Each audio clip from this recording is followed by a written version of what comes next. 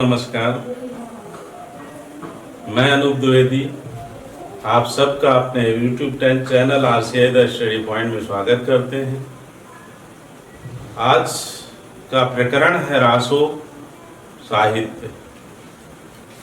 रासो साहित्य पर विशेष प्रश्नों की चर्चा होगी, अतिरिक्त तो कुछ नहीं।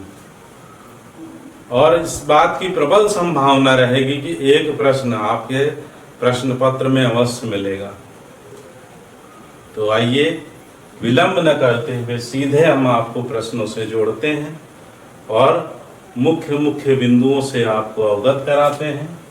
रासो साहित्य का विवरण वीर गाथा काल के अंतर्गत दिया है किसने? आचार्य रामचंद्र शुक्ल जी ने।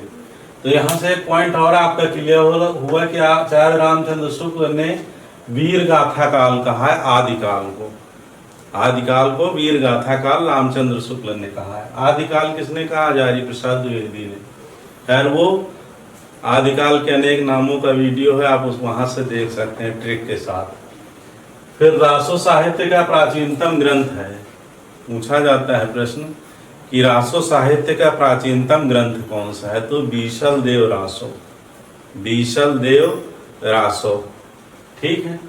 फिर रासो शब्द की व्युत्पत्ति मानने वाले विद्वान, अलग अलग शब्दों से व्युत्पत्ति मानी है विद्वानों ने, जिन पर प्रश्न बना है अक्सर कि आचार्य रामचंद्र शुक्ल ने रासो साहित्य की व्युत्पत्ति यानी रासो शब्द की व्युत्पत्ति किस शब्द से मानी है? तो आपका उत्तर होगा रसायन। ठीक है। फिर देखिए इसमें पहला नाम है गारसा दत्तासी। गारसा दत्तासी ने राजसूय से माना है, राजसूय शब्द। ठीक है। और ये कहते थे कि इनकी मान्यता थी कि राजसूय यज्ञ होते थे। राजसूय यज्ञ में घोड़ा छोड़ा जाता था, जो पकड़ता था युद्ध करता था, जीत जाता था तो युद्ध समाप्त, यज्ञ अपूर्ण माना जाता था अथवा वह विश्व विजेता कहलाता था। फिर आचार्य रामचंद्र शुक्ल ने रसायन या रास या रासो कहा। रसायन से रास बना और रास से रासो, व्युत्पत्ति इस तरह से हुई। और इनकी मान्यता रामचंद्र शुक्ल की है कि बीसल देव रासों में अधिकतर अनेक बार यह शब्द आया है रसायन। और एक पंक्ति भी उद्धृत करते हैं कि 1272 मझारी जेठ बदी नवमी बुधवारी और नाल रसायन आरंभ भाई। नाल कौन नाल? नरपति नाल बीसल देव रासो के रचनाकार हैं। तो नाल रसायन आरंभ भाई, तो वहां जो रसायन शब्द आया है उसको लेकर के इन्होंने कहा है कि रासो साहित्य या शब्द की उत्पत्ति रसायन से हुई। फिर आचार्य नंद दुलारे वाजपेयी ने रास माना है। और ये रास क्या है? रास रासक से बना हुआ शब्द है। और रासक क्या है? रासक एक विधा है। देखिए यहाँ लिखा हुआ है, जो गेय छंद है, छंद की एक विधा है। फिर हजारी प्रसाद द्विवेदी ने इसे रासक से माना है। और रासक यही जो गेय छंद की विधा है। ठीक है। आगे राम स्वरूप चतुर्वेदी ने राउस या रस शब्द से मानी है। व्युत्पत्ति और गणपत चंद्रगुप्त का है कि रासक, उससे रास, फिर रासा, रास और रासो, इस तरह से रासो शब्द की व्युत्पत्ति हुई। तो अलग अलग आलोचक साहित्यकार हैं जिन्होंने रासो शब्द की व्युत्पत्ति के लिए अपने अपने मत प्रस्तुत किए हैं। तो इनमें से आप याद रखिए, हजारी प्रसाद द्विवेदी का सबसे ज्यादा समीचीन माना जाता है, क्योंकि रासक एक छंद भी है, रासक एक विधा भी है। फिर कुछ महत्वपूर्ण बिंदु, जैसे यहाँ बीसल देव रासो श्रृंगार रस प्रधान ग्रंथ है, और विजयपाल रासो और हमीर रासो दो ऐसे ग्रंथ हैं जो अपभ्रंश की रचना है, अपभ्रंश भाषा में। ठीक है। और बाकी हिंदी में है। तो अब इधर देखिए, बहुत महत्वपूर्ण है रासो साहित्य ये आचार्य रामचंद्र शुक्ल के मतानुसार हैं और इनमें से प्रश्न बनता है और बहुत कंफ्यूजन भी रहता है। इधर नरपति नाल है, यहाँ नल सिंह है, इस तरह से नाम है। तो मैं प्रयास करूंगा इनको किसी बिंदु से जोड़ करके और यह आपके मस्तिष्क में रह जाए। अब देखिए, दलपति विजय पहला नाम है। दलपति विजय, दल का जो मालिक है, जो सेनापति है, उसने विजय पाली, ये नाम है। तो विजय के बाद क्या आता है? कुमार। तो कुमार रासो। यहाँ नाम में आप देखिए कहीं विजय है? किसी नाम में विजय है? नहीं है। और यहाँ विजय है, तो विजय से क्या हुआ? कुमार हो गया। कुमार नशा एक तरह का विजय का। तो दलपति विजय कुमार रासो, लंबे समय तक याद कर लीजिए इस तरह से। फिर है दूसरा नाम नरपति नाल, जो बड़ा कंफ्यूजन रहता है, हमको भी था पहले, अब क्लियर हो गया। नरपति नाल नल सिंह, ठीक है। तो नरपति नाल कैसे इसको हमने जोड़ा है? नरपति राजा, नरपति राजा का पर्याय है। और राजा क्या होता है? ईश्वर की पदवी उसे दी गई, देवता की पदवी दी गई है। तो बीसल देवरासो, देवता बीसल देवरासो। नरपति नाल, जहां नरपति नाम आया, अब नरपति कहीं नहीं मिलेगा आपको। तो नरपति बीसल देव, नरपति से नरपति राजा से देवता, नरपति नाल बीसल देवरासो, ठीक क्लियर। जगनिक परमाल रासो, जगनिक का नाम सुना होगा आपने। यही समैया का महना मत जगनिक लेहे कनौजे जाए, सुनते हैं, बरसात में गाया जाने वाला है। और पूर्वी उत्तर प्रदेश में, खासकर वैसवाड़ा, बुंदेलखंड, पूर्वांचल में खूब गाया जाता है।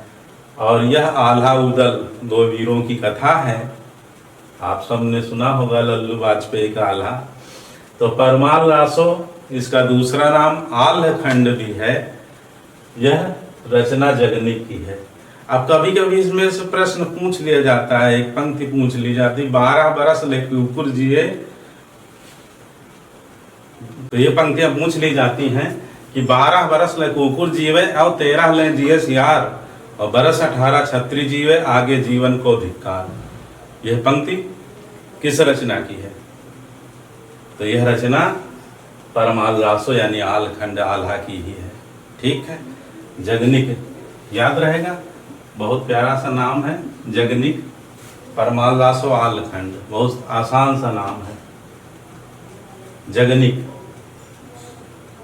ठीक है। यही समय का महना मत जगनिक लहे कनौजे जाए, यहुगा वहुगा आधे सरग रहा मर रहा है, एक को मारे दुई मर जावे, तीसर खौफ खाए मर जाए। यह आल्हा की पंक्तियां। चंद्रवरदाई पृथ्वीराज रासो, बहुत नाम प्रसिद्ध है चंद्रवरदाई, दरबारी कवि हैं किसके? पृथ्वीराज चौहान के। और पृथ्वीराज रासो जो कि हिंदी का प्रथम महाकाव्य माना जाता है, और पृथ्वी चंद्रवरदाई को हिंदी का प्रथम महाकाव्य माना है आचार्य रामचंद्र शुक्ल ने। फिर है केदार भट्ट। तो केदार धाम में जो है प्रकाश फैला है भगवान शिव का, जयचंद प्रकाश, यहाँ प्रकाश शब्द से आप जोड़ लीजिए केदार को, केदार भट्ट जयचंद प्रकाश। फिर मधुकर भट्ट, मधुकर भौरा होता है, जय मयंक जस चंद्रिका।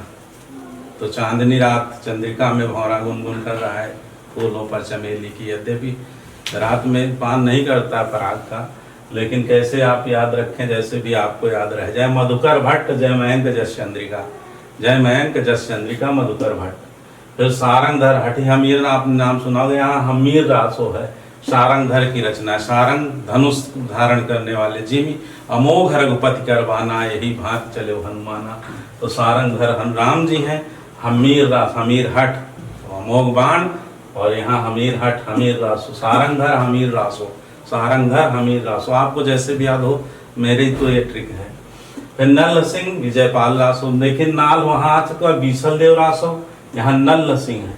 नल मल्ल, जो मल्ल युद्ध में विजय के लिए मल्ल युद्ध होता है, द्वंद्व युद्ध, तो नल मल्ल से नल सिंह विजयपाल रासो, विजयपाल। यहाँ देखिए बीसल देव रासो नरपति नाल है, बीसल देव नरपति राजा से देव, और यहाँ इनमें जो कंफ्यूजन होता है इस तरह से कंफ्यूज ना हो। नल यानी मल्ल युद्ध, विजय उससे प्राप्त होती, विजयपाल रासो।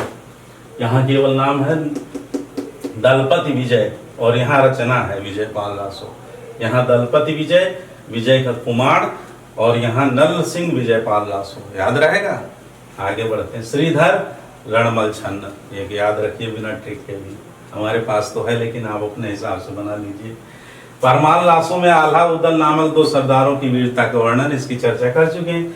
आल खंड को सर्वप्रथम सन 1865 ईस्वी में फर्रुखाबाद के तत्कालीन जिलाधीश चार्ल्स इलियट ने प्रकाशित करवाया था।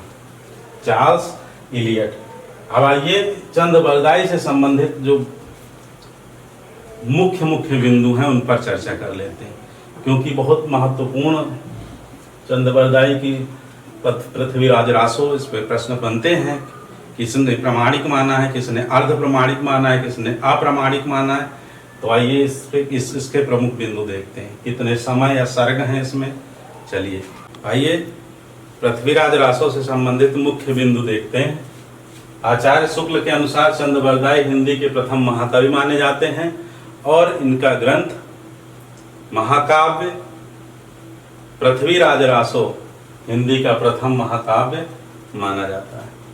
मिश्र बंधुओं ने भी यही कहा है कि हिंदी का प्रथम वास्तविक महाकवि है तो वो चंद्र बरदाई ही है, चंद बरदाई को ही कहा जा सकता है। अब देखिए पृथ्वीराज रासो की प्रामाणिकता, अप्रामाणिकता और अर्ध प्रामाणिकता पर अनेक विद्वानों के अलग अलग मत हैं। तो कौन प्रामाणिक मानते हैं, कौन अप्रामाणिक मानते हैं, कौन अर्ध प्रामाणिक मानते हैं, इस पर प्रश्न टीजीटी और पीजीटी दोनों में पूछा गया है तो विगत वर्षों में। तो देखिए एक ट्रिक भी बनाई है, आप अपने हिसाब से भी बना सकते हैं। पसंद आए तो स्वीकार करें, अन्यथा यही छोड़ दें। नाम आपको याद हो सके तो याद कर लें। पहला है कर्नल टाट। देखिए प्रामाणिक मानने वाले कर्नल श्याम मोहन मिश्र, प्रामाणिक कर्नल श्याम मोहन मिश्र हो गया।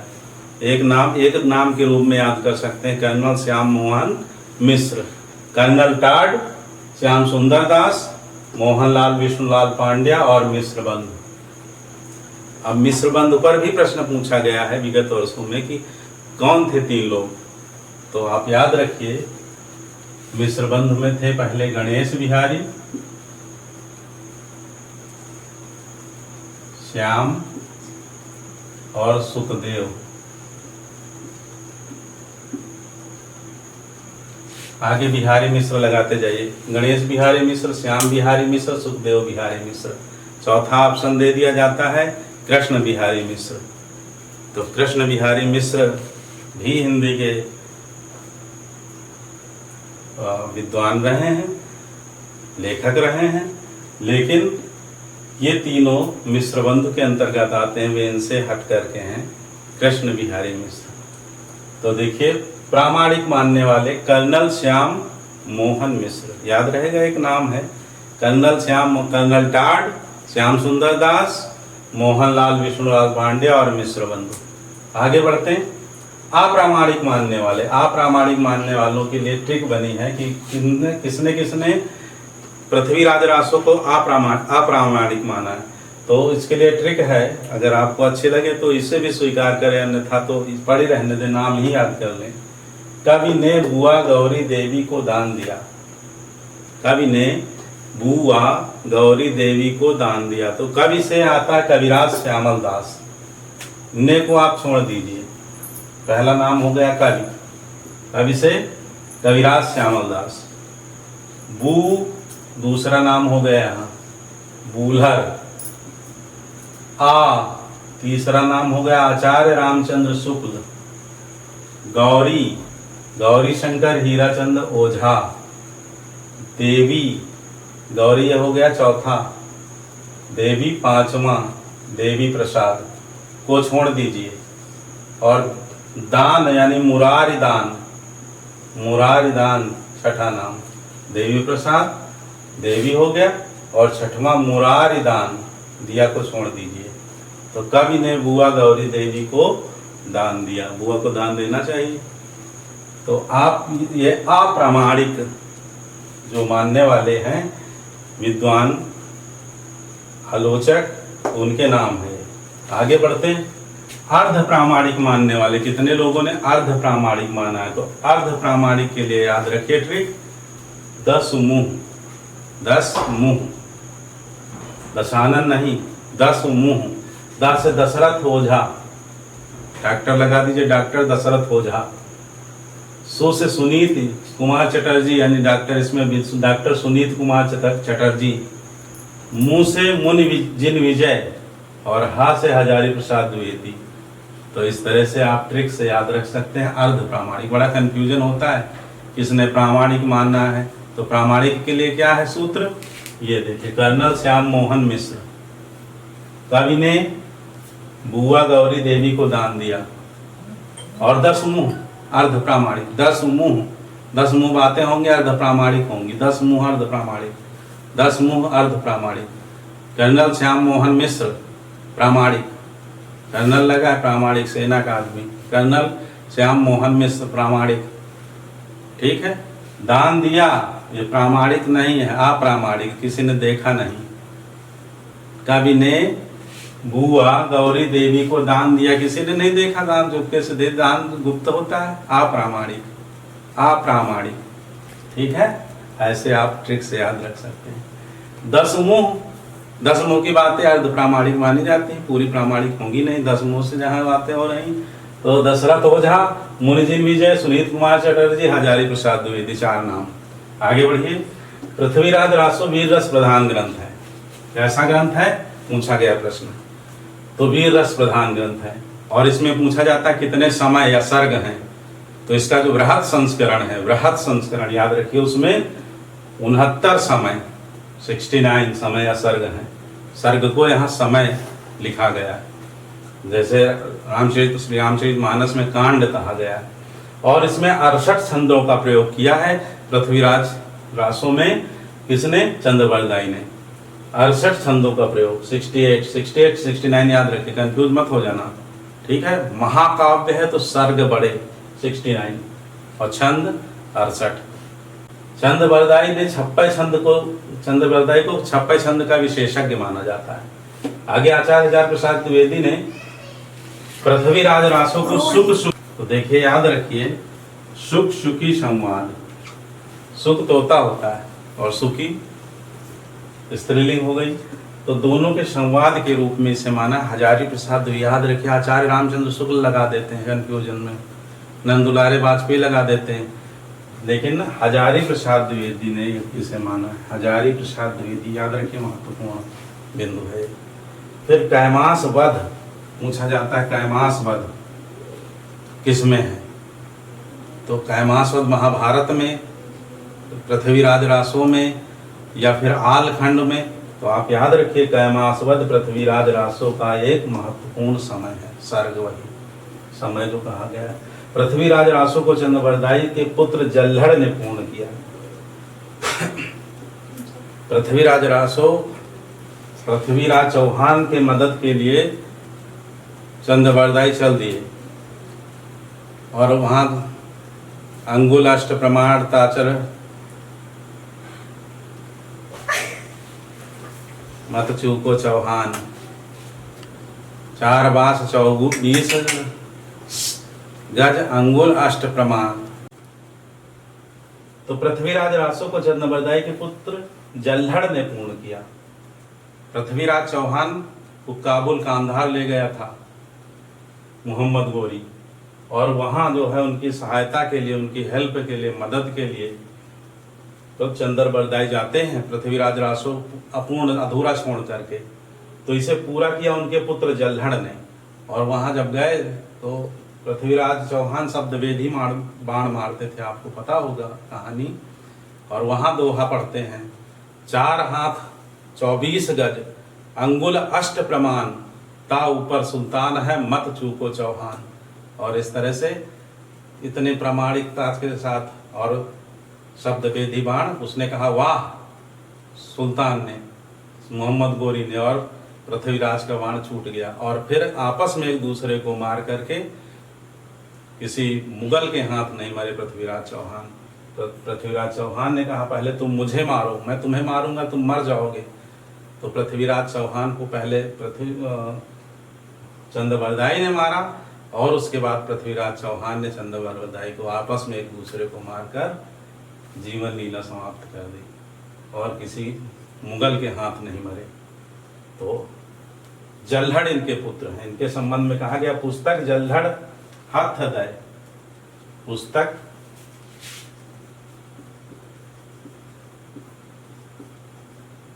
जल्हन हथ दय, चली गज्जन नृपकार, चली गज्जन नृपकार, हाथी पर चढ़ करके नृप कार्य के लिए, राजा के राज कार्य के लिए चले गए थे। तो इस तरह से अंतिम बिंदु देखिए, डॉक्टर बच्चन सिंह कहते हैं यह एक राजनीतिक महाकाव्य है। पूछा गया प्रश्न है कि कैसा महाकाव्य है। दूसरे शब्दों में राजनीति की महाकाव्यात्मक त्रासदी है। और ये भी प्रश्न पूछा जाता है, अनेक बार पूछा गया है कि रासो साहित्य कैसा साहित्य है, प्रामाणिक, अर्ध प्रामाणिक या फिर अप्रामाणिक। तो आपका उत्तर यही होगा, अधिकतर रासो काव्य, रासो साहित्य अप्रामाणिक है। ठीक है, तो इस तरह से यह महत्वपूर्ण टॉपिक रासो साहित्य का पूर्ण हुआ। और इसकी प्रबल संभावनाएं फिर इस बात को दोहरा रहे हैं कि इससे एक प्रश्न अवश्य आपके प्रश्न पत्र में रहेगा, इसलिए इसको ठीक से सीखना है, आपको पढ़ना है, अध्ययन करना है। पढ़ते रहिए, व्यस्त रहिए, मस्त रहिए।